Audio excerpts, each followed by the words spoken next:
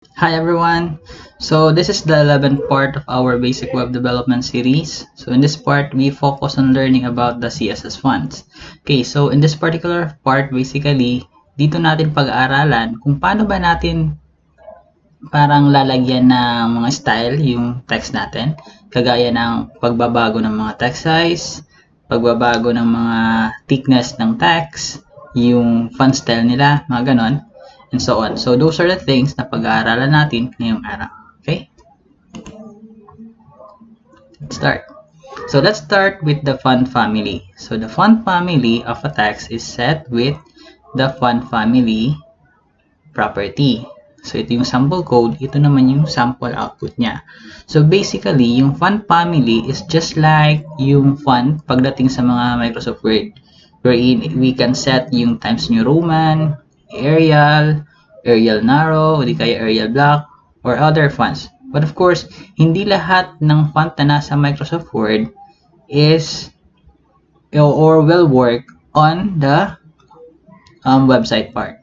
Okay? So, but still, let's try to implement this code. So, let me go to my file. So, I have here yung sample. So, let me try to run that one. Okay. Then, sabi nito, yung code is font family Times New Roman.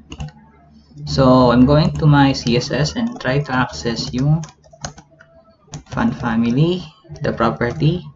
Then, since there are multiple words and Times New Roman, we need to enclose it in a quotation.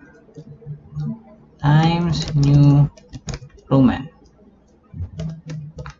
So basically, yung Times New Roman, most sa mga website are the default style. Walang nagbago. So let's try to change this to Arial. Then refresh. Yan. What if yung Arial Black? So, kailangan mas wala. Arial Black. Tama ba? Black na theme. Ayun. So, basically, it works. So, that's how we set yung font family or yung font pagdating sa CSS. Okay? Okay, next tayo. So, font style. So, the font style property is mostly used to specify italic text. This property has three values. Normal, the text is shown normally. Italic, the text is shown in italics. Oblique, the text is leaning. Oblique is very similar to italic but less supported. So, kung gusto mo na lang gumamit ng, gusto mong parang mag-lean yung isang text, don't use oblique instead. So, gamitin na lang natin yung italic. Okay? So, this is how the code does. Then, yung output nito. Then, let's try it on our paragraph. So, font style. Then, yung value will be italic. Save. And refresh. Okay. So, naka-Arial Black na siya. And also, yung font style niya is naka-italic. Okay? Okay, next tayo. Font size. The font size property sets the size of the text. So, sa H1, sample dito, H1 may font size na 40 pixels. Yung H2 is yung 30 pixels. And yung paragraph is having a 14 pixels. Ito yung mga sample output niya. So, let's try that code on our CSS. So, font size. So, you can set, let's say, sabihin natin 40 pixels then. Refresh. Hindi nagbago. Font families. Mali. Font size pala. Sorry. So, save. Refresh. Yan, naglaki. Balik ko to sa Arial. What if Arial lang ilagay ko?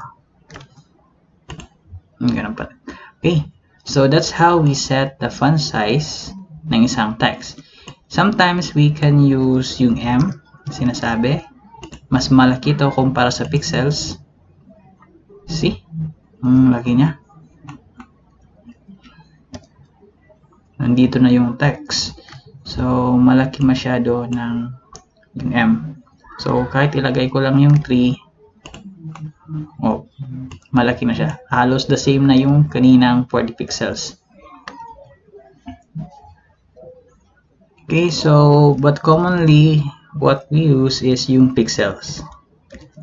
So, sabihin natin 40 pixels na lang. Refresh. Yan. Okay. So, that's how we set the text size using the font size property. Okay, next tayo. So, we are now in the font weight. So, the font weight property specifies the weight of the font. This property has these values: normal, the text shown normally, then bold, the text shown in a bold text. Okay, so this is yung code niya, yung sample code. Ito naman yung sample output. So let's try that font weight. So the font weight basically manage yung thickness ng isang letter or characters. Then sabihin natin bold. Save. So from this sample, hindi pa siya naka-bold, but if we try to refresh, yan, naging mas makapal yung mga characters na niya. Okay? So yun lang. So yun sa part ng font weight. Okay guys? So I think that's it. I hope you learned something new today regarding the fonts. Paano ba tayo magsaset ng mga font size, yung font style, yung font family niya, and of course yung font weight. So just like I always say guys, just keep practicing lang para masanay talaga tayo sa paggawa ng mga website, especially sa mga styling. Okay, and also never stop learning. Okay, so I think that's it. Thank you for watching and goodbye for now.